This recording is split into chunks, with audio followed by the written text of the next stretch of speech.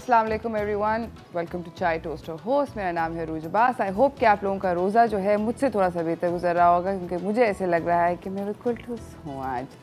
काफ़ी स्लीपी सी कुछ फीलिंग्स आ रही हैं। आई होप कि you guys are not suffering from that. आज बाय द वे हम लोग बात कर रहे हैं एक बहुत ज़रूरी उसके ऊपर, टॉपिक के ऊपर। वो ये है कि डाइजेस्टिव हेल्थ जो है हम लोगों की रमज़ान के अंदर काफ़ी अफेक्ट होती है। वाई? बिकॉज ऑब्वियसली आपका पूरा खाने का, सोने का, सारे का सारा जो स्केड्यूल होता है वो ऊपर नीचे हो जाता है। Plus then there so many Ramzan के खाने जिनको हम रमज़ान में कुछ एक्स्ट्रा ओवर ज़्यादा खाते हैं, उसकी वजह से भी बहुत ज़्यादा हमारा जो डाइजेस्टिव सिस्टम है वो डिस्टर्ब हो जाता है। तो हम लोग अभी थोड़ी देर के अंदर उसके ऊपर बात करेंगे। हमारे पास एक मेहमान आए हुए हैं, हम उनसे बात करेंगे इस बारे में। मगर मेरा आज का सवाल, पहले वो मैं आपसे पूछना चाहती हूँ। मेरा आज का पहला सवाल ये है कि मेरे पास जिनसोए का वाउचर है, न्यूयॉर्कर पिज़्ज़ा की जानिब से वाउचर्स हैं। न्यूयॉर्कर पिज़्ज़ा मैं आप लोगों को बताती चलूँ कि इस्लामाबाद, रावलपिंडी, लाहौर, पेशावर और क्वेटा के अंदर मौजूद है। और न्यूयॉर्कर पिज़्ज़ा जो है वो कराची, जिनसोए जो है ये कराची के अंदर है। मेरे पास इफ्तार के वाउचर्स हैं। आप लोगों को अगर ये वाउचर्स अवेल करने हैं तो टन टन टन आप लोगों ने ये वाला सवाल, इसका जवाब देना है। और वो सवाल है कि what is the name of the cave in which prophet Mohammad सल्लल्लाहु अलैहि वसल्लम यूज्ड टू मेडिटेट। एंड जब वो नबी जब उनको बनाया गया था तो वो उस गार का क्या नाम था? बड़ा आसान सवाल है दोस्तों, मतलब मेरे निकलते निकलते निकल गया, बट बड़ा इजी आंसर है। आप लोग प्लीज़ कॉल करके आंसर लें और मुझे बताएं, और फिर मैं आप लोगों को शो के एंड पे विनर अनाउंस करूँगी। साथ साथ बताती चलूँ कि मेरे पास एक अमेजिंग किस्म का इफ्तार बार बार इफ्तार निकलता है, इफ्तारी नहीं है ये। मेरे पास एक अमेजिंग सा हैम्पर है, गिफ्ट हैम्पर, जो चाय टोस्टर होस्ट की जानिब से आप लोगों के लिए है। इसके लिए मेरा सवाल ये है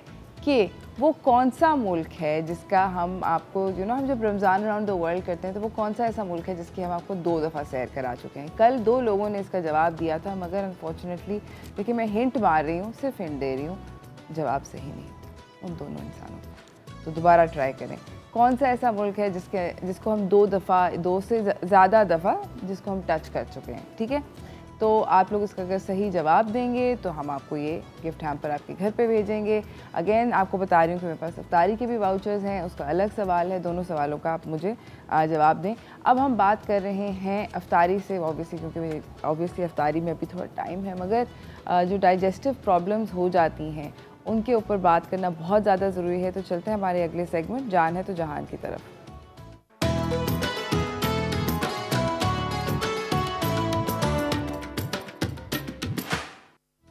हमारे साथ हमारे अगले मेहमान मौजूद हैं। इनका नाम है doctor Ibrahim Yusuf, nutrition specialist हैं, एज़मा, एलर्जी और कंसल्टेंट पीडियाट्रिशियन है। अस्सलाम वालेकुम। कैसे हैं सर आप? अल्लाह का शुक्र जी।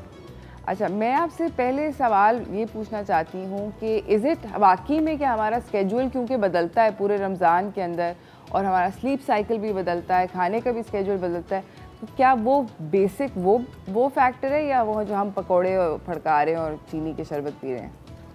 दोनों फैक्टर होते हैं बेसिकली। पहले तो हमारा टाइमिंग स्केड्यूल पूरा चेंज होता है। सही है, क्योंकि मोस्टली ज़्यादातर अगर आप देखें तो मोस्टली फैमिलीज़ करती क्या हैं कि एक तो लॉकडाउन का सिलसिला है, बच्चे स्कूल नहीं जा रहे हैं, दूसरा अडल्ट जो आए हैं वो भी जाग रही हैं, तो पूरी पूरी रात जाग रहे हैं।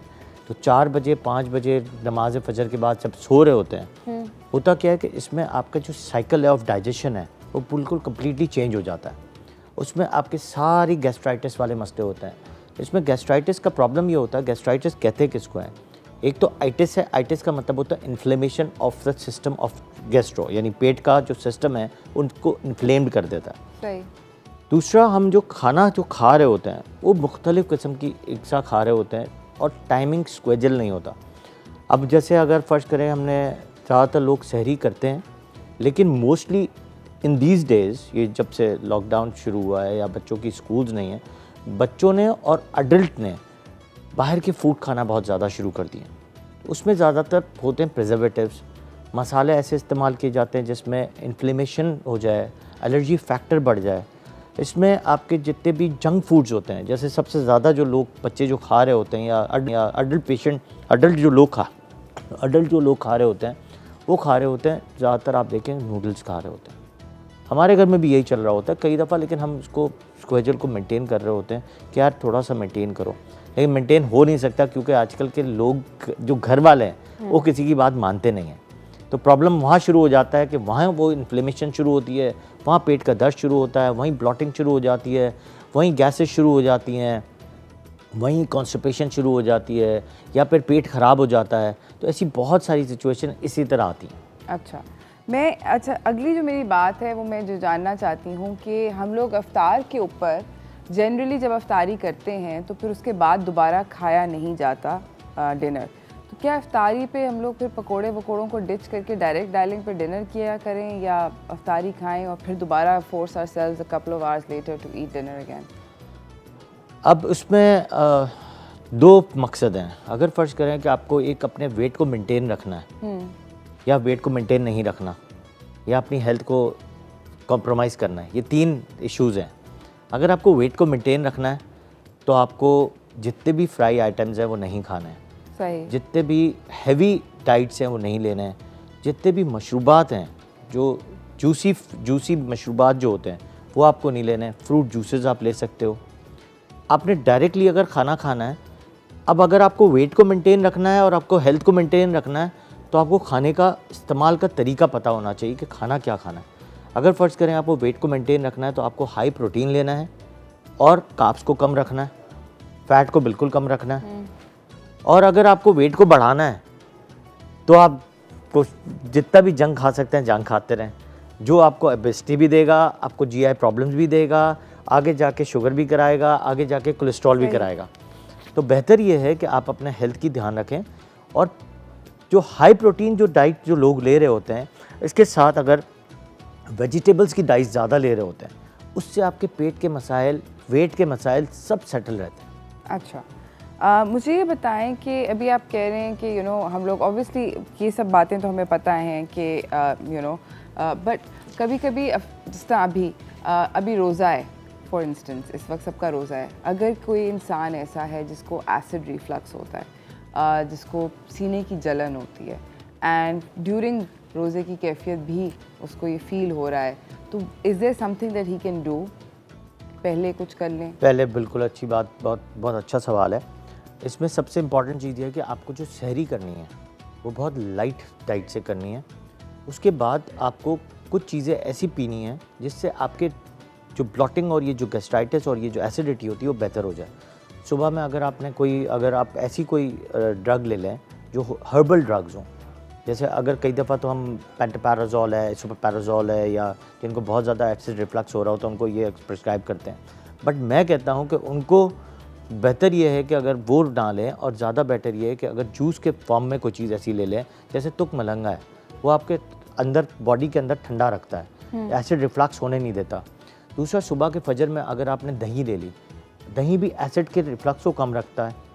इसी तरह बनानाज है, बनानाज भी एसिड रिफ्लक्स से उसको ठंडा रखता है आपकी बॉडी को।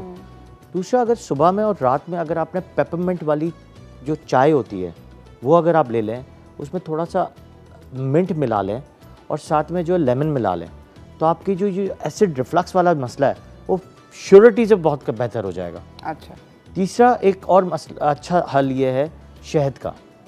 शहद अगर पानी में मिला के अगर आप लेमन में मिला लेते हैं तब भी आपकी एसिड रिफ्लक्स भी नहीं होता और ब्लॉटिंग भी नहीं होती है। दही बेहतर किस टाइम पर होता है खाना, सहरी के वक्त पे या इफ्तारी के वक्त पे? दोनों वक्त में आप खा सकते हैं। लोगों का मिसपरसेप्शन है, मिसकॉन्सेप्शन है, हमारे लोगों का मिस ट्रेंडिंग वे है कि हम दही खाएंगे तो नज़ला हो जाएगा, खांसी हो जाएगी। दही का कॉन्सेप्ट मैं क्लियर करता हूँ। दही में प्रोबायोटिक्स, प्रीबायोटिक्स और लाइफ कल्चर्स होते हैं। मैंने अगर कहता हूँ कि दुनिया में अगर कोई चीज़ अल्लाह ताला ने बेस्ट बनाई है तो दही बनाई है और केला बनाया, जिसको हम मिसलीड करते हैं, मिसपरसेप्शन करके हम वो चीज़ लेते नहीं हैं। लेकिन अगर जितना हम ज़्यादा खाएंगे उससे आपके पेट के मसाइल सबसे ज़्यादा हल होते हैं।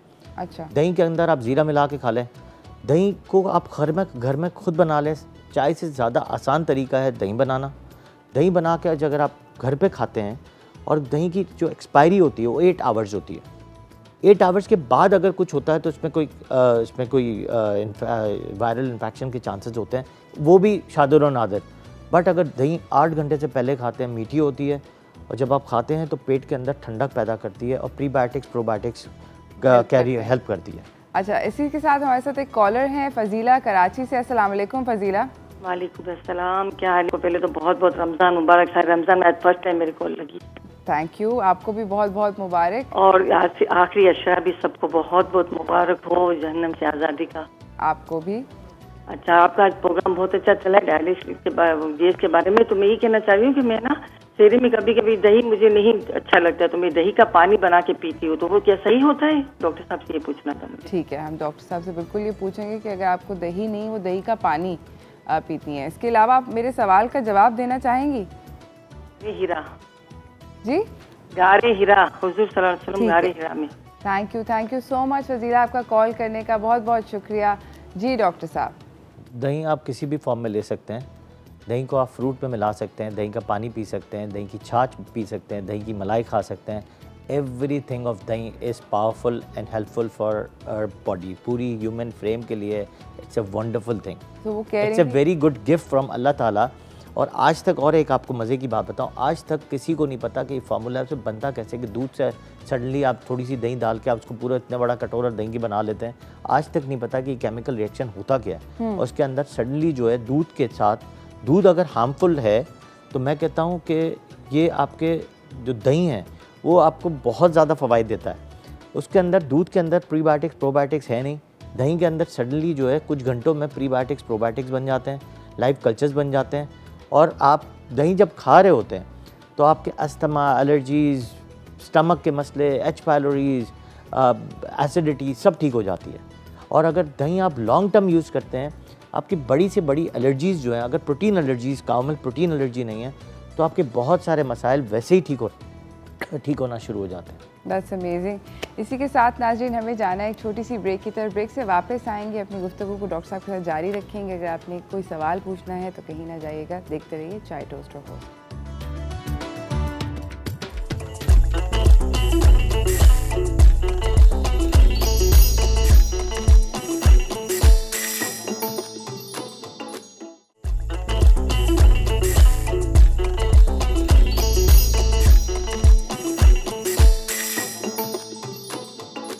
Welcome back everyone. हमारे साथ डॉक्टर इब्राहिम यूसुफ बैठे हुए हैं। बात हो रही है कि हम लोग दही खा के अपनी गट हेल्थ को बेहतर कर सकते हैं। अच्छा डॉक्टर साहब, मैं अब आपसे ये जानना चाहती हूँ कि हम लोग दही, कुछ लोग सहरी, आपने कहा कि किसी टाइम पर भी खा लें। अगेन मैं दोबारा से वापस अपना ये वाला क्वेश्चन दोहराना चाहती हूँ कि जब अगर मैं किसी के घर अफ्तारी सिर्फ कर लूँ तो फिर मैं खाना खाने के जोगे नहीं रहती। एंड मेरे जैसे बहुत सारे लोग हैं। वंस अगर आपने अफ्तारी कर ली है तो फिर देन आपसे नहीं खाया जाता। आप कितनी भी कोशिश कर लें, आप खाना नहीं खा सकते। फिर आपको अगली भूख लगती है 12 बजे। तो क्या आप हम पूरा, और बहुत सारे लोग ऐसे भी हैं जो कि सारी रात जो है वो जागते हैं सहर तक, और फिर सहरी करके सो जाते हैं। तो is that a better way to go about Ramzan? नहीं, रमज़ान में बेसिकली टाइमिंग शेड्यूल ये होता है कि देखें, अगर आपने तरावी पढ़ के अगर आप सो जाते हैं, देखिए आपके डाइजेस्टिव सिस्टम जो है ना, 12 बजे समझ लें एक स्टार्टर होता है, एक स्टार्ट होता है जिसमें कोर्टिसोल एंजाइम्स जो हैं वो कन्वर्ट हो रहे होते हैं। शुगर लेवल और जितना भी ये जो चक्कर, जितना भी आगे जाके प्रॉब्लम हो रहे होते हैं ना, डायबिटीज़ के और ये सारे चक्कर होते हैं जब आप लेट नाइट खाना खा रहे होते हैं, लेट नाइट सोते नहीं हैं। 12 बजे एक नॉर्मल होता है कि आप 12 बजे अगर आप सो जाते हैं, 11-12 बजे, then you wake up at 3:30, फिर आप सहरी करें। और सहरी में आप ऐसी चीज़ें लें जो आपको डाइजेस्टिव सिस्टम को हल करते हैं। हल का मतलब ये होता है कि you should take a light diet.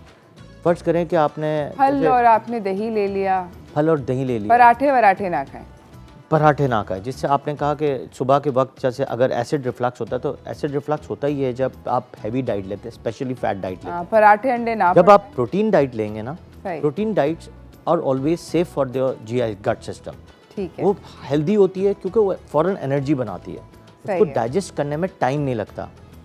जो कार्ब्स होते हैं उसको डाइजेस्ट करने में तकरीबन 1.5-2 घंटे लगते हैं। ऑफ कोर्स बहुत ज़्यादा टाइम लगता है इनको डाइजेस्ट करने में। हमारे साथ एक कॉलर है सायरा कराची से। अस्सलाम वालेकुम सायरा। वालेकुम अस्सलाम, कैसी हैं आप? अल्हम्दुलिल्लाह बिल्कुल ठीक ठाक, आप कैसी हैं? अल्लाह का करम माशाल्लाह। तीसरा अशरा मुबारक हो बहुत आपकी टीम को, और ये हमारे लिए रहमतें बरकतें नाजिल करें हम पर। और कोरोना जो है इसको यहाँ से वही दूर कर दे हम लोग के जिंदगियों से।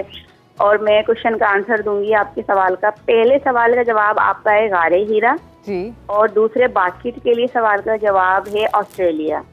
ऑस्ट्रेलिया, ठीक है, हमने आपका जवाब जो है वो नोट कर लिया। थैंक यू सो मच आपका कॉल करने का, बहुत बहुत शुक्रिया। आप वैसे अफ्तारी और सहरी ठीक करती हैं ना, जिस तरह डॉक्टर साहब कह रहे हैं, पकौड़े चकौड़े और पराठे परूठे तो नहीं हो रहे ना?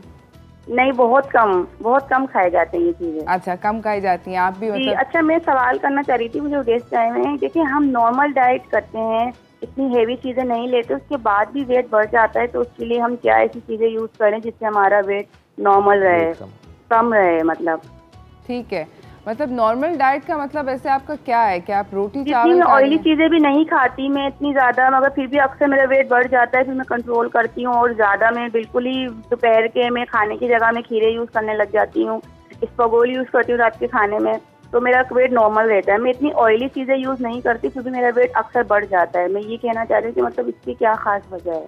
बस। ओके, मैंने एक इंटरेस्टिंग बात आपकी बात में नोटिस किया, आई डोंट नो डॉक्टर साहब विल एग्री विद मी। इन्होंने ये बोला कि मैं जो है ऑयली पे ज़्यादा, इनका fat is not that terrible for you, fat से इतना वज़न नहीं बढ़ता है, वज़न एक्चुअली कार्बोहाइड्रेट से बढ़ता है। जो रोटी और चावल होता है वो वज़न बढ़ाता है। रोटी और चावल बढ़ाता है, ऐसे ही है ना? स्टार्च बढ़ाता है। स्टार्च से बिल्कुल वज़न बढ़ता है, carbohydrates are a killer, they lovely but they very scary. हम कहते हैं कि प्रोटीन डाइट जब जाता है, आजकल लोग बहुत फोकस करते हैं इंटरमिटेंट फास्टिंग पे आम दिनों में। वैसे हमारा शेड्यूल 16 आवर्स का तो वैसे ही अच्छा आवर्स हो जाते हैं ठीक ठाक, कि अगर हम उस तरह का इंटरमिटेंट फास्टिंग पे जाएं और हाई प्रोटीन पे चले जाएं। कई दफ़ा लोग कीटोजेनिक डाइट पे चले जाते हैं या प्रोटीन डाइट पे चले जाते हैं। आई डोंट प्रेफर कि कीटोजेनिक डाइट पे जाएं, क्योंकि कीटोजेनिक डाइट जो है आगे जाके आपकी किडनी के मसाइल बहुत ज़्यादा पैदा करता है, क्योंकि उसमें जब आप कीटोन्स पे जा रहे होते हैं, उस पर हाई फैट डाइट पे जा रहे होते हैं, तो आपके वाटर की जो एक्सट्रीशन है वो ज़्यादा बढ़ जाती है, तो किडनी इसमें श्रिंकेज होने के चांसेस सबसे ज़्यादा होते हैं। तो कीटोजेनिक डाइट शुरू में तो बहुत अच्छा काम करती है, आपको श्रिंक भी बहुत अच्छा कर देती है, लेकिन स्टिल आगे जाके प्रॉब्लम करती है in the kidney issues. Protein diet पे जब जाते हैं आप, सुबह के टाइम पे अगर आपसे बॉयल अंडे ले लें, और साथ में अगर आपने, मैं ये नहीं कहता कभी कि आप स्टार्च बिल्कुल ही छोड़ दें या कार्ब्स बिल्कुल छोड़ दें, लेकिन अगर आपने एक रोटी लेनी है, रोटी को अगर आप डिस्क साइज़ पे कर दें और पतली कर दें, और अगर आपने छोटा निवाला रोटी का लिया और गोश्त का निवाला इतना बड़ा ले लिया, ऑटोमेटिकली आपकी जो वेट जो इतना बढ़ना के चांसेस कम है। अगर आपने बारबेक्यू कोई चीज़ कर ली है, अगर आपने इफ्तार में कोई चीज़ बारबेक्यू कर ली है, अगर आपको रोटी खाने में इंटरेस्ट है कि रोटी खा लें, कोई मसला नहीं है, तो रोटी को आपने डिस्क साइज़ की कर लें और रोटी को हिस्सा इतना करें, चूज़ ज़्यादा करें, स्लो ईटिंग हैबिट कर दें। इससे भी एक वेट डिक्रीज़ होता है। जितना फास्ट खा रहे होते हैं इतना आपका वेट इंक्रीज़ होता है, क्योंकि आपका मेटाबॉलिज्म बहुत फास्ट चल रहा होता है। जितना आप च्यूइंग हैबिट ज़्यादा करेंगे और स्लोली खाएंगे, ऑटोमेटिकली आपका वेट जो है कम होगा। एब्सोल्युटली। हमारे साथ एक कॉलर भी हैं। अस्सलाम वालेकुम मिसेस नासिर। हेलो। हाँ जी, अस्सलाम वालेकुम, कैसी हैं आप? अल्हम्दुलिल्लाह ठीक ठाक, कैसी हैं आप? अल्लाह का शुक्र है। मैं आपका आंसर दूंगी गारे हीरा। जी, गारे हीरा आंसर दूंगी। ठीक है।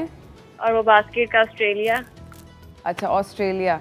भाई सब लोग सही से ज़रा यूट्यूब करें। आप कैसी हैं वैसे? आपकी अफ्तारी का कोई प्लान है आज? अच्छा मज़ेदार अफ्तारी करें? मैं तो बस आज वो करी सब्जी और बनाऊंगी, टिंडे बन ली है, मैंने कहा साथ ना टिंडे आज लाइट खाना मैंने कहा अफ्तारी में करते ना, रोटी और ना टिंडों के साथ ना। शोरबे वाले टिंडे या सूखे बनाएंगी? नहीं, वो सूखे मसाले वाले, बहुत ग्रेवी वाले अच्छे लगते हैं। अच्छा, ओके सही। मुझे वैसे पर्सनली टिंडे गोश्त के अंदर जो शोरबे वाला होता है ना, वो बहुत ज़्यादा पसंद है, बहुत ज़्यादा पसंद है। I love tinde. मुझे भी वैसे पसंद है ना?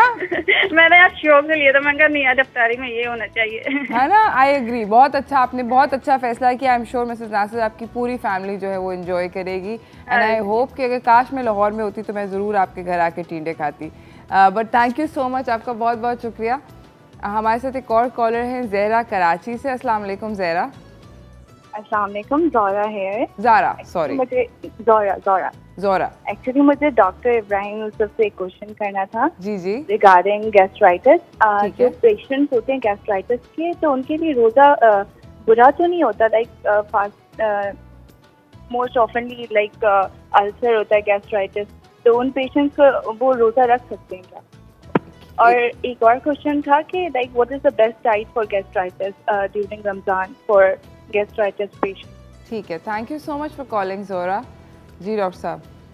पहला सवाल तो ये है कि गैस्ट्राइटिस एक बहुत बड़ा मसला है। जैसे पहली वाली बहन ने एक बात कही कि मसाले वाले टिंडे बनाएं। मसाला इस्तेमाल करने का तरीका, कौन सा मसाला इस्तेमाल कर रहे हैं। एक तो प्योर मसाला होता है जो आप खुद घर पे क्रश करो तो जो आजकल इम्पॉसिबल है, और एक होता है ऑर्गेनिक, एक होता है नॉन ऑर्गेनिक।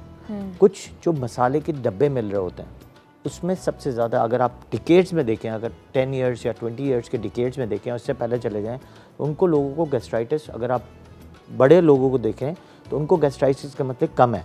लेकिन अगर आप 20 साल 30 साल पहले इस दौरानिए में चले जाएं, इसमें गैस्ट्राइटिस बड़ा है, क्योंकि हम easy to way to cook करते हैं।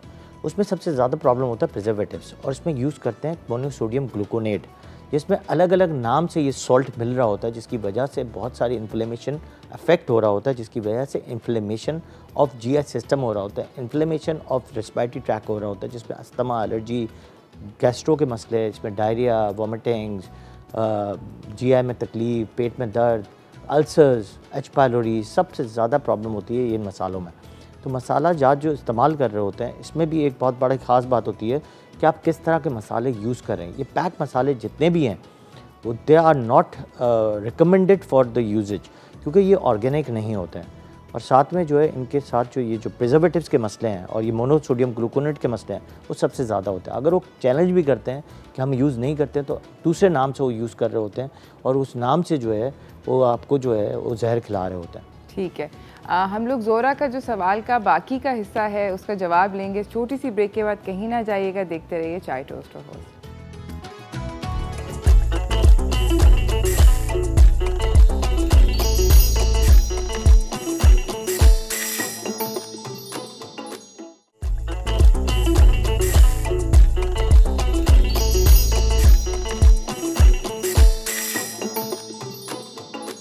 Welcome back everyone. हमारे साथ डॉक्टर इब्राहिम यूसुफ बैठे हुए हैं। बहुत सारे सवाल इनसे जल्दी करने हैं, इनको जाने नहीं देना जब तक जवाब ना दें। डॉक्टर साहब, ज़ोरा ने अभी सवाल ये पूछा था कि गैस्ट्राइटिस वाले लोग क्या रोज़ा रख सकते हैं अगर मेडिकेशन खा रहे हैं, और दूसरा ये कि गैस्ट्राइटिस वाले लोगों को डाइट क्या फॉलो करनी चाहिए। गैस्ट्राइटिस वाले लोग बिल्कुल रोज़ा रख सकते हैं, बट डाइट का ध्यान रखते हुए। मैंने कहा ठंडी चीज़ें ज़्यादा खाएं। ठंडी चीज़ें मतलब पेट के अंदर जो ठंडी, मैंने कहा दही का इस्तेमाल करें।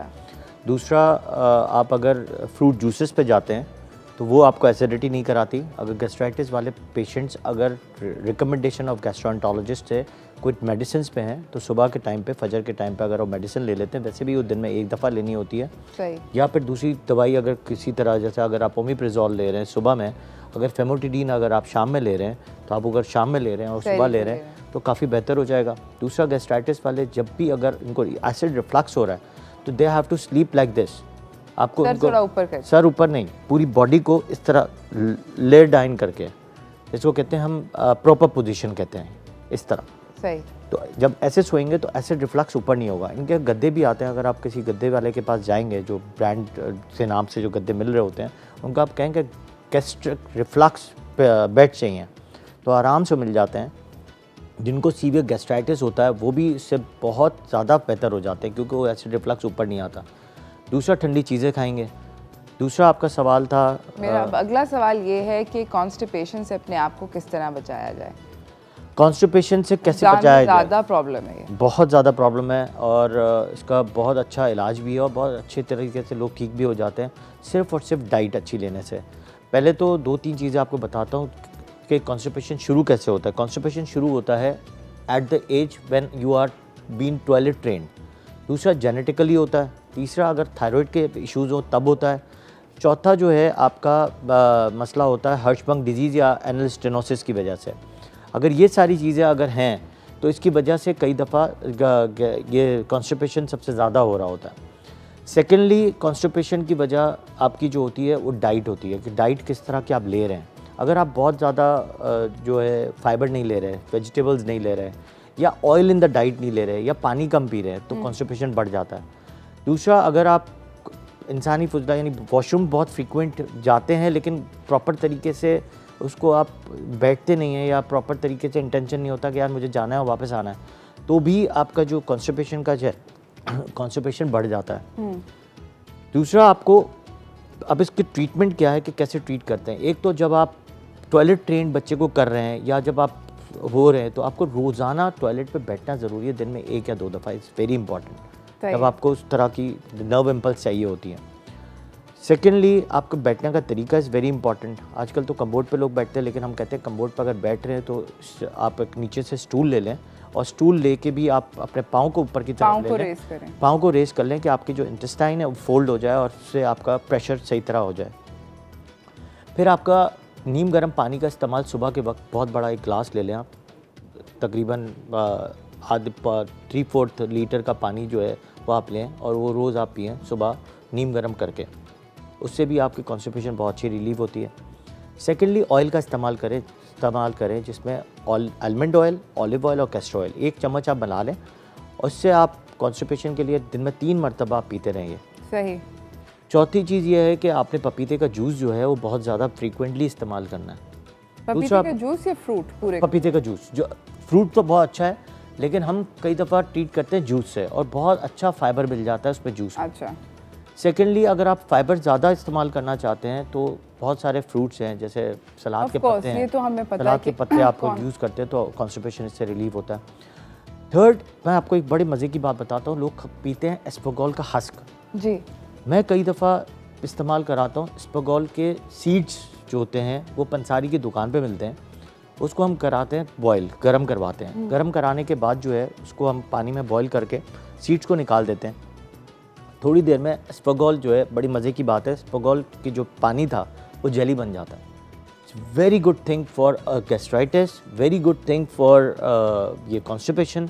और बड़ी से बड़ी कॉन्स्टिपेशन मैंने ये 3 रेमेडीज़ पे ठीक होते हुए देखी हैं। सेकेंडली, अगर आपके नर्व इम्पल्स कम है और अगर आपको भूख नहीं लग रही है या आपकी क्रशिंग फैक्टर कम है तो आपको इसके लिए आप कुछ ऐसे मिनरल इस्तेमाल करें जिसमें लाइसिन और मैप्टेन हो, जिसमें वाइटामिन में लाइसिन और मैप्टेन और बी कॉम्प्लेक्स हो। ये तीनों को मिला के जब आपका जीएच सिस्टम का इंटेस्टाइन लेवल, जो पैरासिटिक मूवमेंट है वो फास्ट जब होती है, ऑटोमेटिकली आपका जो क्रशिंग सिस्टम बढ़ता है, भूख बढ़ती है, आपका कॉन्स्टिपेशन काफ़ी हद तक रिलीज़ हो जाता है। और एक मज़े की बात, सुन्नत तरीका अल्लाह ताला ने दिया है हमारी नाफ़ के अंदर। अगर आप पेट के अंदर, अगर नाफ़ में जैतून का तेल, जैसे मैंने कहा कि ऑलिव ऑयल जो है, अगर आप ऑलिव ऑयल का मसाज करते हैं, ऑलिव ऑयल डिप करते हैं, तो आपकी जो खुश्क नालियाँ होती हैं वो वेट हो जाती हैं और उससे भी कॉन्स्टिपेशन रिलीव हो जाता है। दूसरा, अगर आप वो यूज़ करते हैं सरसों का तेल, उससे भी आपकी जो ब्लॉटिंग है वो बेहतर हो जाती है। That's amazing. Thank you so much for coming doctor साहब, आपका बहुत बहुत शुक्रिया, आपने इतनी सारी इन्फॉर्मेशन दी। इसी के साथ नाज़रीन, हम लोग जा रहे हैं एक छोटी सी ब्रेक की तरफ। ब्रेक से वापस आएंगे और हम आपको अपने अगले मेहमान से मिलाएंगे जो कि बना के दिखाएंगे हमें मज़े मज़े के खाने। बहुत बहुत शुक्रिया डॉक्टर साहब का। अल्लाह हाफिज़। हम लोग छोटी सी ब्रेक पे जा रहे हैं, ब्रेक के बाद खाने सीखेंगे।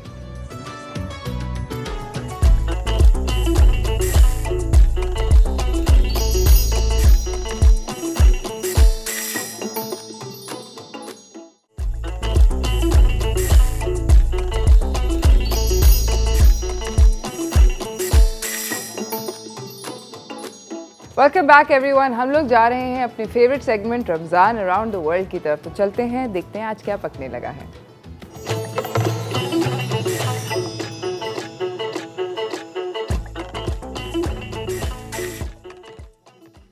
हमारे साथ the fabulous chef Faisal Hussain हैं। अस्सलाम वालेकुम। वालेकुम सलाम। कैसे हैं आप? अल्हम्दुलिल्लाह, आप सुनाएं? ठीक ठाक। क्या बना रहे हैं आज हम सबसे पहले जो है मैक एंड चीज़ बनाएंगे। ठीक है। और मैक एंड चीज़ बनाने के लिए बड़े आसान से अज्जा पड़े। ठीक है, ऑल राइट। बहुत इजी तरीके से बनेगी। मैं अपना सबसे पहले फ्लेम ऑन कर देता हूँ। मुझे एक स्पून चाहिए होगा, स्पून और स्पैचुला। सबसे पहले मैक एंड चीज़ बनाने के लिए हम बटर का इस्तेमाल करेंगे। आय हाय हाय हाय, क्या ज़िंदगी में कौन सी ऐसी चीज़ है जो कि मक्खन से अच्छी नहीं लगती। बटर डाल दिया है शेफ़ ने पैन के अंदर, उसको पिघला रहे हैं तेज़ी से। बटर, आय है, आई लव बटर। क्यों नहीं, बटर होना चाहिए ज़िंदगी में, बहुत सारा होना चाहिए। अच्छा, बटर मेल्ट होते ही हमने इसके अंदर थोड़ा सा garlic, yes I can see that, और अनियन ऐड कर देनी है। ठीक है। थोड़ा डिफरेंट मैक एंड चीज़ है इनका, ज़रा प्लीज़ गौर से देखिएगा, बहुत टेस्टी बनेगा। अच्छा, मैक एंड चीज़ जो है लोग बहुत सिंपल तरीके से बनाते हैं। मैंने आपने उसमें शशके डाले, शशके डाले, और मैंने कोशिश यही की कि मतलब लोग पसंद करें इसको और ज़्यादा पसंद करें। वैसे तो बच्चे इसे बहुत शौक से खाते हैं, तो मैंने कोशिश यही की थी कि बच्चों की पसंद की चीज़ें इसमें डालूं जिससे उनका खाने का और दिल करे, और ज़्यादा दिल करे। क्या बात है।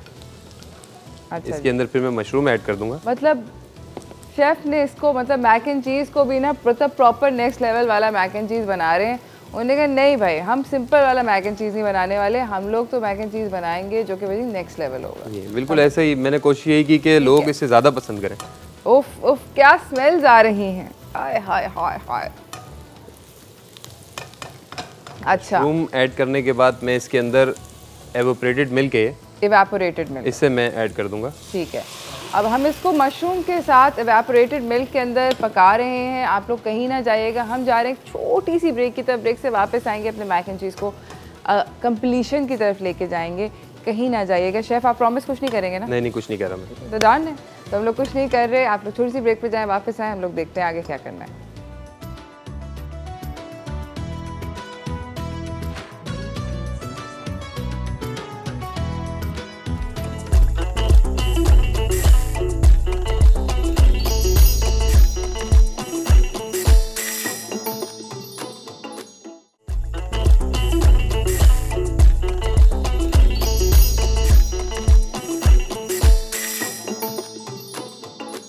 Welcome back everyone. हमारे साथ हैं शेफ़ फैसल हुसैन जो कि अमेजिंग किस्म के मैक एंड चीज़ बना रहे हैं।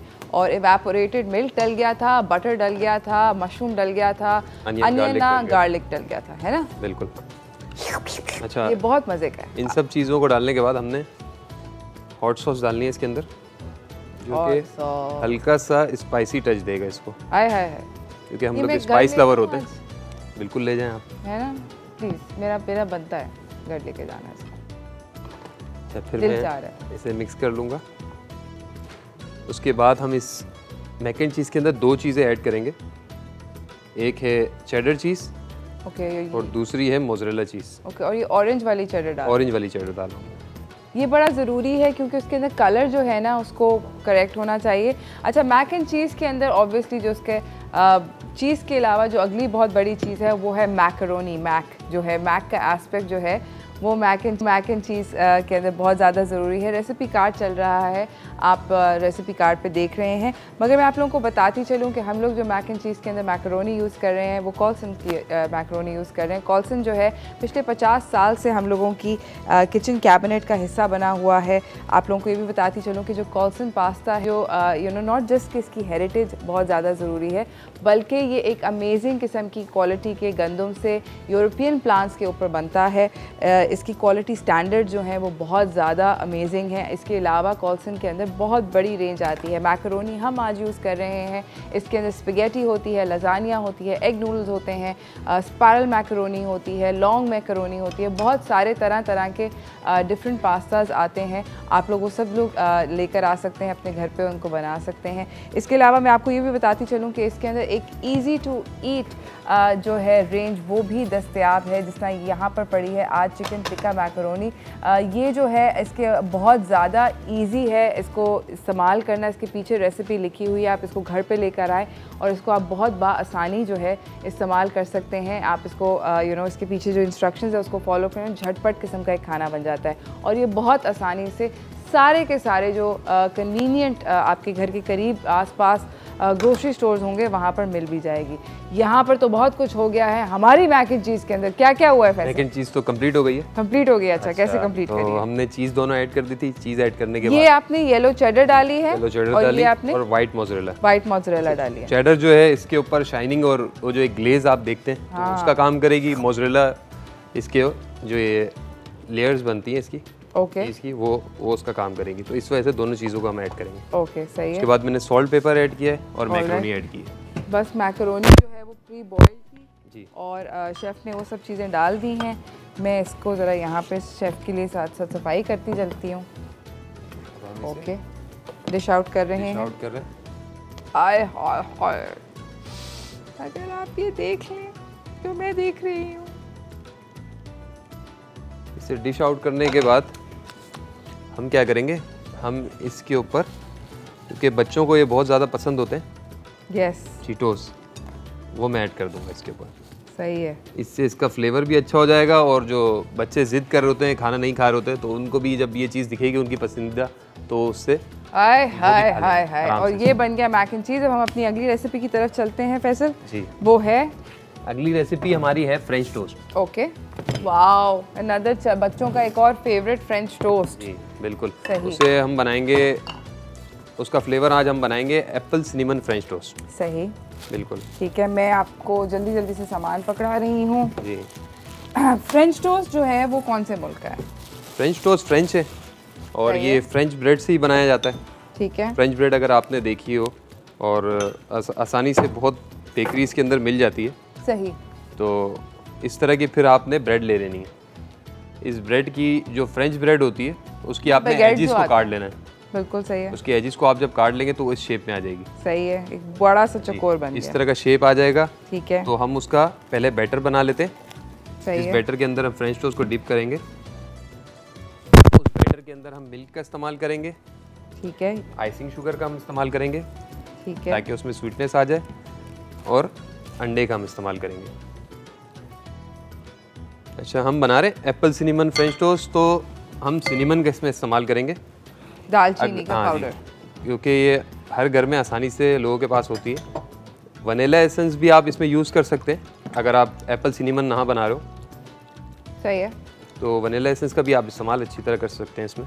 वनीला एसेंस नहीं हो, आप घर पे अगर बना रहे हैं तो आप सिनेमन पाउडर लें, सिंपल है, इसके अंदर ऐड कर दें। इससे ये कि अंडे की जो हीक होती है वो ख़त्म हो जाएगी। अच्छा, इसे मैं अच्छी तरह मिक्स कर लूँगा।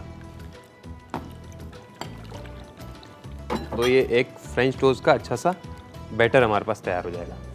अच्छा जी, हमारा आज का सवाल है, उसका भी अगर आप जवाब देना चाहते हैं तो आप प्लीज़ हमें जवाब दें। वो ये है कि आज का हमारा सवाल ये है कि हुज़ूर सल्लल्लाहु अलैहि वसल्लम पर पहली वही कहाँ पर नाजिल हुई? वो कौन सी ऐसी जगह थी जहाँ पर वो जाते थे और मेडिटेट करते थे, जहाँ पर उन पर वही नाजिल हुई? इसके अलावा हमारा जो दूसरा सवाल है वो ये है कि हम लोग जिस तरह ये अभी कर रहे हैं, फ्रांस और इटली कर रहे हैं, इस तरह कौन सा ऐसा मुल्क है जो कि अब तक हम लोगों ने बहुत ज़्यादा टच किया है? अच्छा, हमारे साथ कॉलर भी आ गए हैं, रिजवाना कराची से। आप सलाम करें। अस्सलाम वालेकुम। वालेकुम अस्सलाम। बहुत बहुत बहुत अच्छी रेसिपीज होती हैं आपकी, जो मैं देख रही हूँ ना, बस यही बनानी है मुझे। बहुत शुक्रिया। बहुत शुक्रिया। और मैं क्वेश्चन का आंसर दूंगी आपके शो का। जी जी। फर्स्ट है गारे हीरा, और प्लीज मेरा ना वाउचर में जरूर शामिल कीजिएगा। मैं कराची से हूँ और मेरे हस्बैंड की फरमाइश है कि प्लीज दिनसोए के वाउचर में जरूर नाम शामिल कीजिएगा हमारा। बिल्कुल। और सेकंड आंसर बातचीत के लिए आई थिंक दुबई है, लेकिन फर्स्ट गारे हीरा है।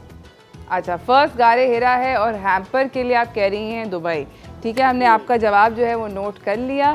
थैंक यू वेरी मच आपका कॉल करने का। हम लोग अब अपनी रेसिपी को आगे बढ़ा रहे हैं। दो पैन्स के अंदर दो पैन्स हैं। अब हम स्टार्ट करेंगे। सबसे पहले हम एप्पल को कैरेमलाइज कर देंगे। ठीक है। सबसे पहले मैं एप्पल ऐड कर दूंगा इसके अंदर। ठीक है। पैन के अंदर कोई भी सेब ले सकते हैं? कोई भी सेब ले लें, कोई पर्टिकुलर टाइप का नहीं है? बिल्कुल कोई पर्टिकुलर टाइप का नहीं है। सही है। एप्पल ऐड करने के बाद थोड़ा सा हम इसे सौते करेंगे। सही। अच्छा, साथ साथ हम फ्रेंच टोस्ट भी बनाते हैं। ठीक है। तो आपने इसके अंदर अच्छे खासे बटर का इस्तेमाल करना है। तकरीबन मैं 2 से 3 टेबल स्पून सही है बटर इसके अंदर डाल दूंगा पैन के अंदर। अच्छा, मेरे ख्याल में टोस्ट हम बाद में बनाते हैं वैसे, पहले एप्पल कैरामलाइज कर लेते हैं, अगले पार्ट में हम आराम से तसल्ली से टोस्ट। चलें, ऐसा कर लेंगे, है ना? बिल्कुल। अभी हम पहले एप्पल को कैरामलाइज किया, ये थोड़ा ब्राउन ब्राउन होने लगा। ठीक है। थोड़ा सा कलर दिया, कलर देने के बाद हम इसके अंदर शुगर ऐड कर देंगे। और ये बिल्कुल नॉर्मल चीनी है, अगर आप लोग देख सकते हैं। बिल्कुल, ये घर की सारी चीज़ें, कोई ऐसी चीज़ हम यूज़ नहीं कर रहे जो घर में मौजूद ना हो। सही। अच्छा, हमारे साथ कॉलर भी हैं अजीम कराची से। अस्सलाम वालेकुम अजीम। जी वालेकुम अस्सलाम। कैसे हैं रूज? ठीक है अल्हम्दुलिल्लाह, ठीक ठाक। आप कैसे हैं? जी मैं ठीक हूँ। रमज़ान मुबारक हो आपको। जी आपको भी बहुत बहुत मुबारक हो। जी जी जी, आवाज़ आनी बंद हो गई है रूज आपकी मुझे। है? मैं तो बोल रही हूँ। जी जी जी जी जी जी जी आ गई। अच्छा रूज, आपके क्वेश्चन का आंसर देना था और मुझे बड़ी एक्साइटेड हूँ कि मैं भी विन कर जाऊँ। तो पहले क्वेश्चन का आंसर है गारे हीरा। ठीक है। और सेकंड क्वेश्चन का आंसर है दुबई। ठीक है। और एक सवाल भी आपसे, मेरा भी सवाल है। जी जी जी पूछिए। जी, मेरा सवाल ये है कि उरुज, जिस तरह के चिकन वगैरह बनाई जाती है क्रिस्पी चिकन, तो कोटिंग बड़ी हैवी सी होती है जैसे ब्रोस्ट पे होती है, तो वो उसकी जरा आप सीक्रेट आउट कर दें, क्या कैसे मतलब हैवी कोटिंग हो सकती है? हैवी कोटिंग करनी है या नहीं करनी है? मैं एक्चुअली इंटरेस्ट रखता हूँ कुकिंग में, इसलिए मैं सवाल कर रहा हूँ कि कोटिंग, हैवी कोटिंग कैसे आए। अच्छा, हैवी कोटिंग कैसे है? ठीक है, जी, ठीक है। थैंक यू सो मच अजीम आपका कॉल करने का। हाँ जी, हैवी कोटिंग कैसे आए? अच्छा, ज्यादातर लोग बोलते हैं कि हैवी कोटिंग आ रही है तो हम उसे पतला किस तरह करें, कम किस तरह करें। इन्होंने उल्टा पूछा है, इनको मैं भी लोगों को जो मसला आ रहा था यही आ रहा था। तो हैवी कोटिंग करने के लिए यही है कि जब उसका मैदा आप बनाते हैं तो मैदे के साथ उसका एक पानी का मिक्सचर होता है, इसके अंदर आप थोड़ा सा पानी ऐड कर लेते हैं और पानी के साथ उसका मैदा ऐड कर लेते हैं। तो मैदे को जब आप उसमें ऐड कर लेंगे तो वो एक थोड़ा सा लिक्विड मैदा टाइप का बन जाएगा, लिक्विड बन जाएगा मैदा। तो जब आप मैदे के अंदर पहले चिकन लगाएंगे, चिकन को अच्छी तरह कोट करने के बाद उसको पानी में डिप करेंगे, पानी में डिप करने के बाद वापस मैदे में डालेंगे और जितनी ज्यादा दफा करेंगे वो उतना मोटा होता चला जाएगा। जितनी ज्यादा दफा आप करेंगे तो उतना मोटा होता चला जाएगा। इसी के साथ नाज़रीन हम जा रहे हैं छोटी सी ब्रेक पे, ब्रेक से वापस आएंगे, अपने फ्रेंच टोस्ट को मुकम्मल करेंगे, कहीं ना जाइएगा, देखते रहिए चाय टोस्टर होस्ट।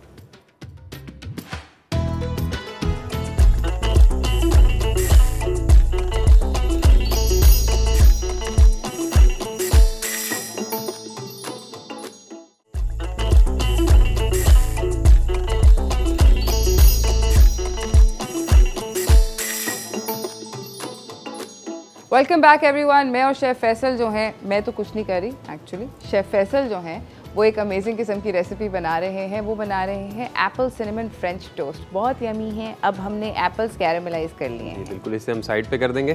ठीक है, एप्पल जो है कैरामलाइज करने की बहुत आसान तरकीब थी, अगर आपने मिस कर दी तो सिर्फ एप्पल काट के उसके ऊपर उन्होंने चीनी डाल के उनको ऐसे ऐसे पैन के अंदर लेफ्ट राइट कर लिया। दी एंड। बिल्कुल जी। अच्छा, अब ये फ्रेंच टोस्ट है, ठीक है, ब्रेड है उसकी, ठीक है, इसे हम इस बैटर के अंदर, जो हमने बैटर हमने बनाया था सही, उसमें डिप कर देंगे। इस बैटर के अंदर आप देख रहे हैं कि कितना सारा सिनेमन है, एग है, आइसिंग शुगर था और मिल्क था, ऐसे ही है? बिल्कुल ऐसे ही। और दिल खोल के मतलब मक्खन है, सॉलिड। अब इसको हम इस तरह हॉट पैन में ऐड कर देंगे। सही है, ठीक है। अच्छा, फिर हमने इसे अच्छी तरह कलर दे देना, जैसे ब्रेड पे एक अच्छा कलर आ जाता है बटर का, सही है, वो हम कलर देंगे। अच्छा, ये अंदर तक अगर सोक ना हो क्योंकि इतनी चौड़ी ब्रेड है तो चलेगा? चलेगा, क्योंकि सॉफ्ट हो जाती है ब्रेड, वो और ज़्यादा लोगों को पसंद आती है क्योंकि चूई हो जाती है। उसके बाद उन लोगों को खाने में और मज़ा आता है। सही है। अभी तो साथ साथ अच्छा इस वाली रेसिपी का कार्ड चल रहा है, आप देख लें कि जो है इसका रेसिपी जो है वो बहुत ज़्यादा आसान है। अगर आप इसको इस वाली ब्रेड के साथ नहीं करना चाहते घर पे और आप अपने नॉर्मल जो टोस्ट आते हैं उसके साथ करना चाहते हैं तो आप उसके साथ भी कर सकते हैं, काफ़ी। बिल्कुल, आप किसी भी ब्रेड के साथ करें, इसमें कोई ज़रूरी तो नहीं है, बिल्कुल कोई हार्ड एंड फास्ट रूल नहीं है। हम तो ऑब्वियसली आपको रेस्टोरेंट स्टाइल पे दिखाना चाह रहे हैं कि मतलब आप रेस्टोरेंट के अंदर किस तरह चीज़ें बनती हैं, तो वो चीज़ हम आपके साथ शेयर करें। हाँ, हम तो वो कर रहे हैं। तो मगर अगर आपने इसको अपने उसके साथ घरेलू टाइप टेक्निक करनी है तो नो प्रॉब्लम, बिल्कुल करें आप इसके साथ। अच्छा, कलर का सिर्फ वेट करें, जिस तरह नॉर्मल फ्रेंच टोस्ट के अंदर कलर का वेट करते हैं। आप मुझे बताएं कि इसके अलावा ब्रेकफास्ट के अंदर अगर आप इसके अंदर थोड़ी सी और चेंजिंग करना चाहते हैं, अभी मैंगो का सीज़न आने वाला है, सीजनल फ्रूट्स के अंदर और कौन कौन सी चीज़ें फ्रेंच टोस्ट में डिश करती हैं? सबसे ज़्यादा जो पॉपुलर है आजकल, लोटस बहुत पॉपुलर है। अल्लाह, लोग बेरीज और फ्रूट से ज़्यादा उसे खाना पसंद कर रहे हैं आजकल। पता नहीं है क्या, वैसे क्या दीवानगी है। लोटस एक बिस्किट होता है जो कि एक और पाकिस्तानी बिस्किट के बड़े बाय द वे करीब है। इट्स जस्ट मतलब एक कैरामल कुकी टाइप कह सकते हैं, कैरामल कुकी का फ्लेवर है। बट खैर हाँ, वो काफ़ी ज़्यादा पॉपुलर हुआ हुआ है और हर रेस्टोरेंट में हुआ हुआ है और लोग धड़ाधड़ उसको बनवा रहे हैं। उसके अलावा बनाना और chocolate is one of the other flavours जो फ्रेंच टोस्ट में। नोटेला बहुत अच्छा फ्लेवर है जी, आप बहुत ज़्यादा पसंद करते हैं, लेकिन नोटेला को अभी इस वक्त जो बीट किया है लोटस से बीट किया है। हाँ। तो एक अरसे से हम नोटेला के ऊपर खेल रहे थे, हाँ, जब से लोटस स्प्रेड आया तो उसको बीट कर दिया उसने। चॉकलेट मतलब जो है वो फिर उसके बाद उन्होंने कहा नहीं तो नेक्स्ट लेवल है। ब्रेड के ऊपर अब कलर आ गया, कलर आ चुका है तो और हम ये इसके अंदर आइसिंग शुगर ऐड करेंगे। अच्छा, आइसिंग शुगर इसके अंदर स्वीटनेस भी लेकर आएगी और दूसरा एक चीनी का क्रस्ट बन जाएगा इसके ऊपर। अच्छा, हमारे साथ एक और कॉलर भी हैं, नाजिया। अस्सलाम वालेकुम। हेलो, अस्सलाम वालेकुम। कैसी हैं नाजिया? मैं अल्लाह का शुक्र बिल्कुल ठीक ठाक और हमेशा की तरह से आपका शो एंजॉय कर रहे हैं और यकीन करें कि वो ये जो आपका होता है ना, ये कुकिंग का सेगमेंट जो है इसमें वो कोरमे और बिरयानी वाली जो है ना वो स्टोरी नहीं है, बड़ी यूनिक और बड़ी डिफरेंट रेसिपीज बनती हैं, है ना? और जी जी बिल्कुल। और दूसरी चीज ये है कि सब गलत आंसर दे रहे थे तो मुझसे रहा नहीं गया, मैंने कहा मैं कॉल करके बताती हूँ आपको। एक्चुअली मैं तो आपके शो का कीड़ा हूँ। राइट। तो आपने शुरू में यानी डिफरेंट कंट्रीज की सैर करवाई है, जिसमें यानी लबनान था, मैक्सिकन आपने, इटालियन था आपका, इसके अलावा अरेबिक फूड था, पाकिस्तानी कुजीन था, थाईलैंड का था। लेकिन जो 2 दफ़ा आपने बनाया है ना, एक तो रमज़ान के शुरू में आपने इजिप्ट का था और फिर उसके बाद 27 को दोबारा से आपने इजिप्ट को जो था ना वो रिपीट किया था। इजिप्ट आपके ख्याल में हमने 2 दफ़ा किया है, ठीक है। थैंक यू सो मच आपके नाज़िर कॉल करने का, बहुत बहुत शुक्रिया। And I love you for watching the show. Please keep calling and keep watching. ठीक है, एंजॉय योर इफ्तारी और मैं आपको बताऊंगी। अच्छा जी, ये क्या होने लगा? अच्छा, ये एप्पल जैम है जो कि हम अपने रेस्टोरेंट में खुद बनाते हैं। इसे बनाने का तरीका बहुत ही आसान है। इस तरह मैंने एप्पल को स्टार्ट में कलर दिया, ठीक है। इस तरह आपने ढेर सारे सेब को एक पैन में डाल के कलर देना है। कलर देने के बाद आपने उसके अंदर शुगर और पानी ऐड कर देना है और उसे हल्की हीट के ऊपर पकते रहने देना है, तो आपका एप्पल जैम तैयार हो जाएगा। अच्छा, बस इतना ही? और ये छिले हुए सेब है? जी जी, आप अगर चाहें तो छिलके के साथ भी यूज़ करते हैं और बगैर छिलके के अगर यूज़ करना चाहें तो वो भी बेहतर है। सही है, ठीक है। और इसके छोटे छोटे पीस करके। अच्छा, ये जो हमने एप्पल कैरमलाइज किए थे, सही, हम ये इस तरह, हाय अगर मैं आप लोगों को बता सकती, अगर आप लोग यहाँ पर खड़े होते तो आप सूंघ सकते कि इस वक्त क्या हो रहा है। अच्छा, ये सारी चीज़ें करने के बाद हम इसके अंदर खूबसूरतियाँ करने लगे। व्हिप क्रीम का इस्तेमाल करेंगे। हाय हाय,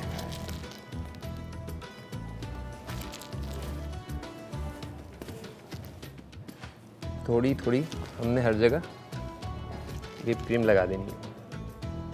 हाय, अगर आपको प्लेट साफ करनी है तो। अच्छा, व्हिप क्रीम लगाने के बाद थोड़ा सा हम इसके ऊपर सिनेमन डालेंगे।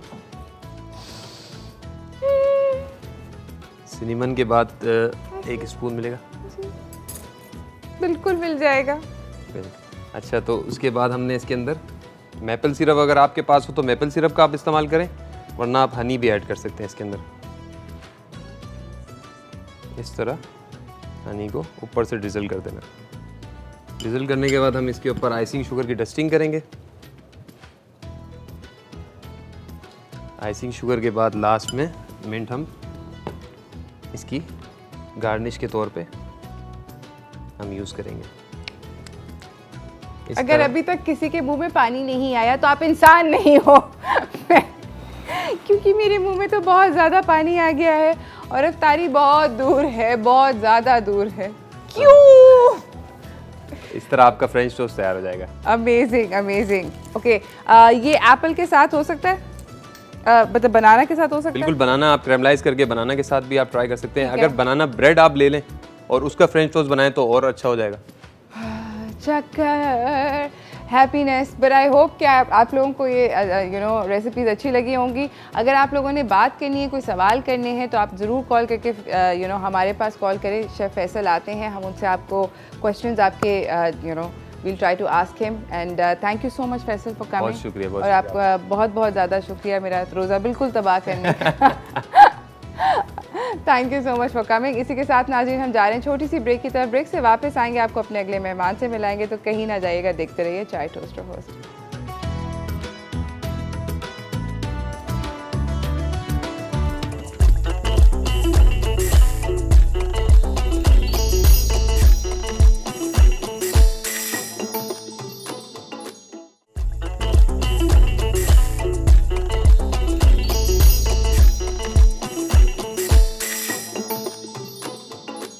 Welcome back everyone. मेरे साथ मेरे अगले मेहमान यहाँ पर मौजूद हैं। हम लोग बात करेंगे आप लोगों से अपने आप को हम किस तरह हेल्दी रख सकते हैं। तो चलते हैं हाउस होल्ड रेमेडीज़ की तरफ।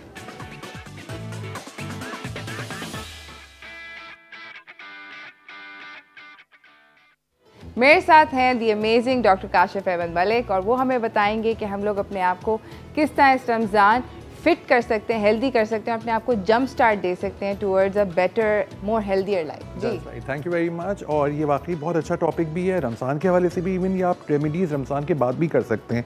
It's kind of a lifestyle, ठीक है। बेसिकली जो पहली रेमेडी मैं आपको बता रहा हूँ वो एक ड्रिंक है जिसका नाम ही पाक ड्रिंक है। वो आपको पाक कर देगी टॉक्सिन से, ठीक है। सबसे अच्छी बात ये है इसका ब्लोटिंग आपकी कम होगी, बॉडी स्वेलिंग और वाटर रिटेंशन कम होने के चांसेस बहुत ज़्यादा है जी, बहुत कॉमन है, स्पेशली फीमेल्स में बहुत कॉमन है। लेकिन मैं एज अ डॉक्टर कुछ आपको बताना चाहूँगा। इसका नाम ही पाक ड्रिंक है जो कि ब्लोटिंग, बॉडी स्वेलिंग और वाटर रिटेंशन को कम करती है। लेकिन देखिए ये ब्लड टेस्ट जो मैं लिखे हुए हैं मैंने, कंप्लीट ब्लड काउंट जिसमें है CBC है, क्योंकि अगर हीमोग्लोबिन इंसान का कम होता है तो उसमें ब्लोटिंग हो जाती है। Secondly thyroid function test T3, T4, TSH। अच्छा ये टेस्ट मेल फीमेल दोनों के लिए, और लिवर फंक्शन टेस्ट। पहले तो आप ये करा के अपने आप को सेट असाइड कर लीजिए कि आपको कोई मेडिकल इशू नहीं है, because then only remedies work. You know as a doctor I always like to play safe and real. तो पहले तो आप ये कराइए, फिर पाक ड्रिंक आपके पास आ जाएगी, बहुत ईजी है। ये एक पानी का जग है जिसमें 6 ग्लास पानी होता है, उसमें आप एलोवेरा जेल 1 चमचा ऐड करें और साथ साथ 1 चमचा खीरे का पेस्ट। तो उसका नाम ही पाक ड्रिंक है। ये आपको पाक कर देगी टॉक्सिन से। आपको बना के मैं दिखाता हूँ अभी, बहुत आसान है ना। ये हमारे पास जग है पानी का जिसमें 6 ग्लास पानी है, ये एलोवेरा जेल है 1 चमचा। अच्छा मैं जितनी क्वांटिटीज बता रहा हूँ ना उतनी ही आप यूज़ किया करें, दैट्स वेरी हेल्पफुल। और ये है खीरे का पेस्ट, ठीक है। अच्छा ये टेस्ट भी आपको बड़ा अच्छा लगेगा क्योंकि आपको इसके अंदर बहुत अच्छा एक वो आएगा, और ये देखिए पूरे में फैल जाएगा। अच्छा ये आप अपनी बॉटल में रख सकते हैं, अपने पास रख सकते हैं, दिन भर आप इसको पी सकते हैं। आप जिम कर रहे हैं, आप कहीं जा रहे हैं बाहर, स्पेशली ये रेमेडीज़ तो हमने फोकस किया हुआ है रमज़ान के लिए, लेकिन ये आफ्टर रमज़ान भी यूज़ की जा सकती हैं as a very good detoxifier, क्योंकि हमारी बॉडी के अंदर बहुत सारे टॉक्सिन्स जमा हो जाते हैं, हमें उनको निकालना पड़ता है। ठीक है। इसके रेसिपी कार्ड भी चल रहा है, आई एम श्योर आप लोग देख सकते होंगे कि किस तरह बनती है। बहुत ज़्यादा आसान है, 3 ही तो इंग्रेडिएंट्स है, उसके अंदर एलोवेरा है और उसके अंदर खीरा है, एंड दैट्स इट। और दोनों 1-1 चम्मच है, और पूरा एक आप एक बॉटल में ले लें जिसमें 6 वो हो जाता है, तो बहुत आसान है ये, ठीक है। चलिए हम दूसरी तरफ आते हैं, क्योंकि ज़ाहिर गर्मियाँ हैं, रमज़ान है, रोज़े हैं, रोज़े भी लंबे हैं ज़रा, और जैसे आपको वो लगी थी, मुझे यहाँ बड़ी ज़बरदस्त स्मेल आ रही थी और प्यास भी लग रही थी। तो why no it is not easy, लेकिन अल्लाह में हम सबको हमारे सब रमज़ान और हमारे सारे रोज़े कबूल करे। तो ये जो दूसरी ड्रिंक है इसका नाम बड़ा ज़बरदस्त है, बहुत आसान है। इसका नाम है lush drink. Lush is a very interesting word जो यूज़ किया जाता है, I think in Pashto language I guess. नहीं, lush is English, okay. So lush drink है ये। सो लाम से नींबू का रस, ठीक है। अच्छा ये रखिएगा कि ये आधा चम्मच यूज़ करना है, ठीक है। और शहद है जो कि हनी है, ये भी आधा चम्मच यूज़ करना है आपको। इन दोनों को आधा टीस्पून यूज़ करना है, और ये सब 1 ग्लास के पानी में आपको डालना है। ये ख्याल रखिएगा कि जो डिहाइड्रेशन, क्योंकि आजकल बहुत ज़्यादा गर्मी है, तो उसके अंदर लोगों को चाय कॉफ़ी कम कर देनी चाहिए, कोल्ड ड्रिंक बिल्कुल कम, और कोशिश करें फ्राइड आइटम कम यूज़ करें। मैंने कम इसलिए लिखा है कि रियलिस्टिक हो जाए, हम सब खाते हैं कहीं ना कहीं, लेकिन हमें कम करना है। अच्छा एक टेस्ट मैं एज अ डॉक्टर को बताऊँगा, आप खुद अपना भी कर सकते हैं डिहाइड्रेशन के लिए। आप अपनी स्किन को इस तरह पिंच करें, अगर वापस जा रही है तो आप डिहाइड्रेटेड नहीं हैं। आप ये देखिए, दोबारा मैं आपको करके दिखाता हूँ, यूँ करके पिंच करें, दोबारा इलास्टिसिटी आपकी बरकरार है ना। अगर इलास्टिसिटी आपकी नहीं है that means you are dehydrated. फिर डिहाइड्रेटेड का ये होता है, दिखता भी है, आपकी स्किन रिंकल्ड हो जाती है। मैं बिल्कुल सही हूँ, माशाल्लाह बिल्कुल सही है, ठीक है। तो अभी रेमेडी पर आते हैं हम। यहाँ पास 1 गिलास पानी है, ये आधा चमचा नींबू का रस है, ठीक है, इसको हमने इसमें मिलाया है, और आधा चमचा हमने मिलाया है हनी जो कि शहद है, ठीक है। अच्छा ये बहुत अच्छा टेस्ट करेगा।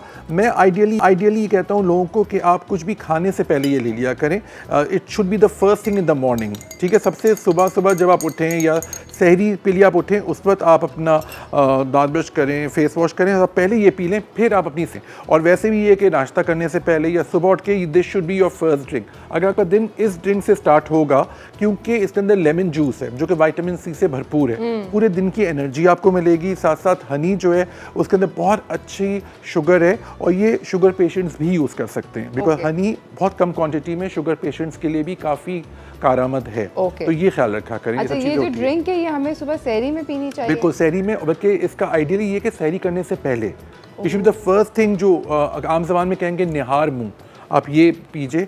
आपको ये तो दिन में एनर्जी भी लगेगी, आपका डिहाइड्रेशन भी आपको नहीं होगी, बिकॉज हनी और जो लेमन है वो वाटर रिटेंशन और आपका वाटर को एक्यूमुलेट करने में हेल्प करती है, ठीक है ना। चाय कॉफ़ी मैंने इसलिए कहता है क्योंकि चाय कॉफ़ी जो है एक डायूरेटिक है, आपकी बॉडी से पानी खारिज करती है। आप चाय कॉफ़ी ज़्यादा पियेंगे आपको यूरिन ज़्यादा आएगा, ये आप खुद नोट कीजिएगा। मैं आपसे भी एक बात पूछना चाहती हूँ जो कि मेरे साथ अक्सर होता है इफ्तारी के वक्त। मैं इफ्तारी कराने के बाद मुझे बिल्कुल ऐसे लगता है कि बस हाँ बिल्कुल आप डाउन हो जाते हैं, that's right। मतलब बिल्कुल डाउन हो जाते हैं, कहते हैं कि बस अब सो जाओ। बिल्कुल, देखिए इसकी भी मेडिकल रीज़न है। एक्चुअली सारा ब्लड सप्लाई जो हमारा होता है वो स्टमक की तरफ आ जाता है और blood supply to the skin and to the brain कम हो जाता है।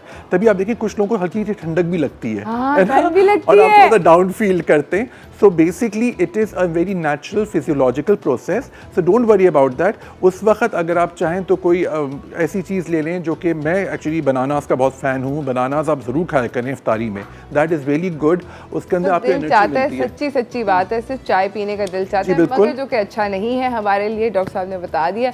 फिर भी हम लोग डीटो की तरह पीते ही हैं। In case if you are dehydrated, वरना आप यकीन जाने चाय को एक मिनिमल क्वांटिटी में, एक नॉर्मल क्वांटिटी में अगर आप लें 3 से 4 कप पर डे अगर आप पिए तो दैट्स नॉट बैड, बट पानी भी उतना पिए, एक प्याली चाय 3 गिलास पानी। आपको डिहाइड्रेशन नहीं। कॉलर भी है शहजादी। अस्सलाम वालेकुम शहजादी। वालेकुम सलाम, क्या हाल है आपका? कैसी हैं आप? अल्लाह का शुक्र, आप सुनाएं। एक मेरी भी प्रॉब्लम है, पहले आपको सवाल का जवाब दे देती हूँ जी। रारे हीरा, ठीक है। दूसरी ये कि ना आप माशा जैसे जैसे अब रोजे होते जा रहे हैं तो आज इस टाइम जो होता है ना मेरा बस हो जाती है समझ लग रही होती, गला में इतना खुश्क हो रहा होता है, उसका भी मिलता है कि हम अब टाइम क्या लें कि ऐसे ना हो। अब बहुत ज्यादा थोड़ा डिफिकल्ट हो गया, सॉरी कहना नहीं चाहिए लेकिन बता रही हूँ। शहजादी आपका बहुत अच्छा सवाल है और ये हम सबके साथ हो रहा है, मगर इनका जवाब जो है वो हम देंगे इस छोटी सी ब्रेक के बाद। सब ब्रेक पे जा रहे हैं शहजादी, हम आपके सवाल का जवाब देंगे, कहीं ना जाइएगा, देखते रहिए चाय टोस्टर होस्ट।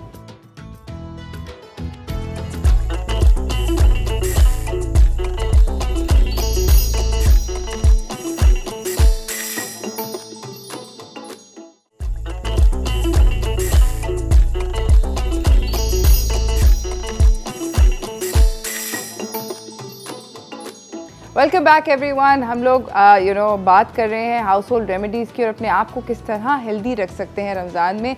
हालांकि अभी जब शेफ़ फैसल आए थे तो उन्होंने मतलब हमारे जो हेल्दी रहने की कोशिशें थी और काविशें थी उनको बिल्कुल ऐसे करके ना आग लगा दी।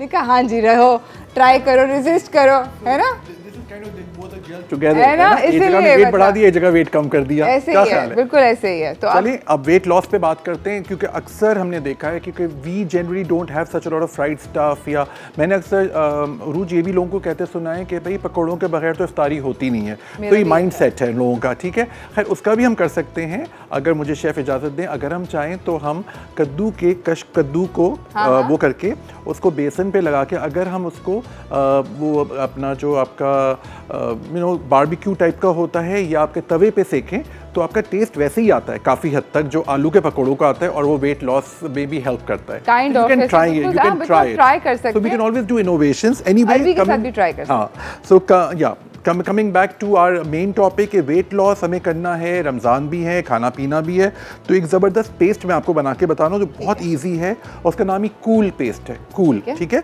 ठीक है। अब इस कूल पेस्ट को मैं आपको बता के दिखाता हूँ। अच्छा पहले याद रखिएगा वेट लॉस के लिए आपको जो ब्लड टेस्ट मैंने दिखाया है वो पहले कराना ज़रूरी है कि हमें पता चल जाए कोई आपको इंटरनल प्रॉब्लम नहीं है, कोई हार्मोन प्रॉब्लम नहीं है आपको। तो हम स्टार्ट करते हैं cool paste for weight loss, ठीक है। सिनेमन पाउडर जो कि दालचीनी का पाउडर है उसको 1 चुटकी, ठीक है, 1 चुटकी सिनेमन पाउडर की आज हम सब वैल्यू जानेंगे ना उरूज, तो हमें पता चलेगा cinnamon is a wonderful thing to have और ये वेट लॉस में बहुत हेल्प करता है। 1 टीस्पून ऑफ वाटर, अच्छा वाटर जो है आप ये थोड़ा सा ल्यूक वार्म लीजिएगा, हल्का सा गर्म, नीम गर्म, जी ठीक है। इसी के साथ साथ 1 टीस्पून ऑफ हनी। अच्छा मैं जितनी क्वांटिटीज़ बता रहा हूँ ना उतनी ही आप यूज़ कीजिएगा क्योंकि वही क्वांटिटी काम करती हैं, अदरवाइज ऊपर ज़्यादा मत कीजिएगा बिकॉज थिंग्स बिकम डिफरेंट। और लेमन जूस जो है 1/2 टीस्पून। तो ये याद रखिएगा कि आपने सिनेमन जो कि दालचीनी है उसकी 1 चुटकी ली है, क्योंकि अक्सर लोग समझते हैं कि सिनेमन ज़्यादा यूज़ करने से जल्दी वेट लॉस होगा, तो please don't do this because अगर आप क्वांटिटी बढ़ा देंगे या मेरी इंस्ट्रक्शंस के नहीं करेंगे तो you won't get the results. अच्छा मेक इट योर लाइफस्टाइल, ये हम रमज़ान में भी यूज़ कर सकते हैं इसको वेट लॉस के लिए, ये हम रमज़ान के बाद भी यूज़ कर सकते हैं, हर खाने के बाद, ठीक है, याद रखिएगा दिस इज़ आफ्टर मील। सो आप सहरी के बाद ही यूज़ करें या इफ्तारी के बाद यूज़ करिए, तो एक पेस्ट आपके पास बन जाएगा जो आपको लास्ट में डिटॉक्स भी करेगा और साथ साथ वेट लॉस में करेगा। इसकी सबसे अच्छी बात है इसमें चारों इंग्रेडिएंट्स जो है वो बहुत आसानी से, बहुत कॉमनली हम सबके ही किचन में होते हैं।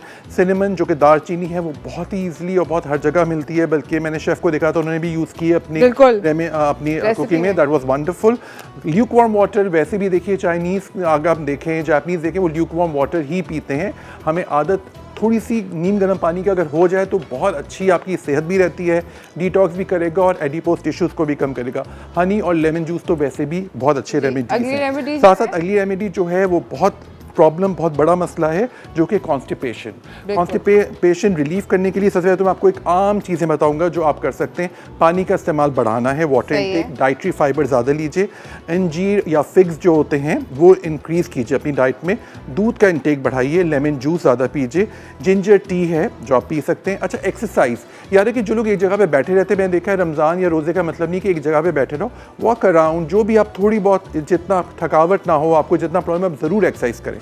कॉफ़ी बहुत अच्छी होती है कॉन्स्टिपेशन के लिए, दलिया या ओट मील, रेसिन्स जो कि किशमिश है। अच्छा, बनानास का मैं ज़रा इसको एज अ डॉक्टर इसको बता दूं कि बनानास अगर ग्रीन होते हैं, कच्चे होते हैं, वो कॉन्स्टिपेशन कॉज करते हैं। तो बनानास आप वो लेंगे कॉन्स्टिपेशन रिलीफ के लिए जो बिल्कुल राइप हों, जो बिल्कुल पके हुए हों, और जी हाँ, और वो बिल्कुल नरम हो, वो अच्छे होते हैं। तो साथ साथ इसके अंदर ऐसी रेमेडी जो आप कहेंगे OMG, वाह, तो इसका नाम ही OMG है। 1 टीस्पून ऑफ हनी, बहुत इजी है भी। मेलन, कोई भी मेलन आप ले लें, वाटर मेलन ले सकते हैं, एनी मेलन यू लाइक, उसका 1 टीस्पून पेस्ट बनाकर, और 1 teaspoon paste of grinded cucumber. तो आपको बना के दिखा देता हूँ अभी, ये बहुत ही ईजी है। 1 टीस्पून ऑफ हनी हमारे पास है, ये हर घर में ही होती है, ठीक है ना। अच्छा, ये पेस्ट जो है ये आपके कॉन्स्टिपेशन को रिलीव करेगा।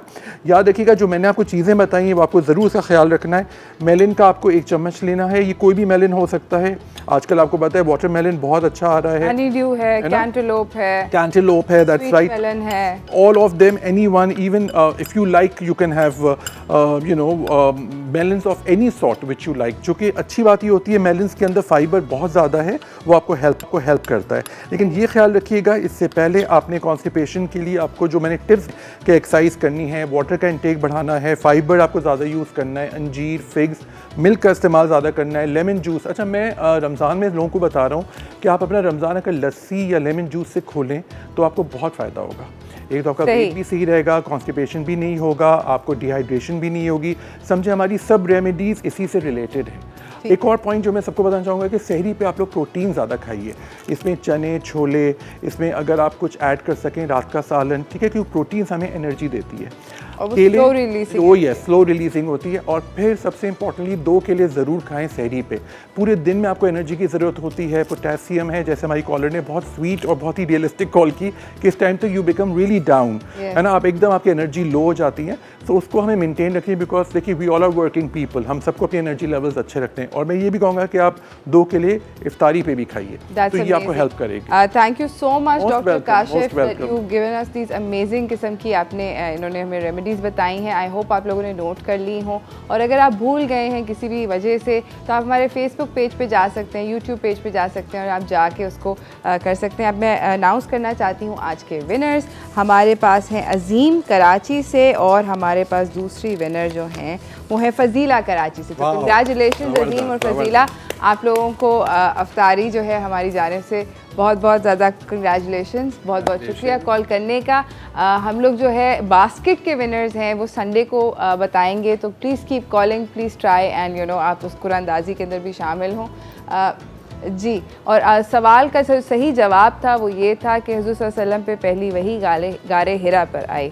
तो यू नो बहुत ही वैसे बेबी क्वेश्चन था, मैं चाहती थी कि आज ज़रा इजी हो जाए, क्योंकि यू नो कुछ नहीं होता, कभी some things should come easy in life, है ना? बिल्कुल, बहुत अच्छा था, बेसिक क्वेश्चन था, और बहुत ही अच्छा था, और सबने सही जवाब दिया, everybody was right, obviously baby question था, तो इसके ऊपर तो सही जवाब आना ही था। But thank you so much guys for watching, बहुत बहुत शुक्रिया। आई होप कि आप लोगों को आज की रेमेडीज़ भी पसंद आई हों, आज की रेसिपीज़ भी पसंद आई हों, एंड आई होप आप लोग फ़ायदा उठा सकें इन सबसे। मेरी तरफ से, मेरी टीम की तरफ से अल्लाह हाफिज़। I will see you guys tomorrow.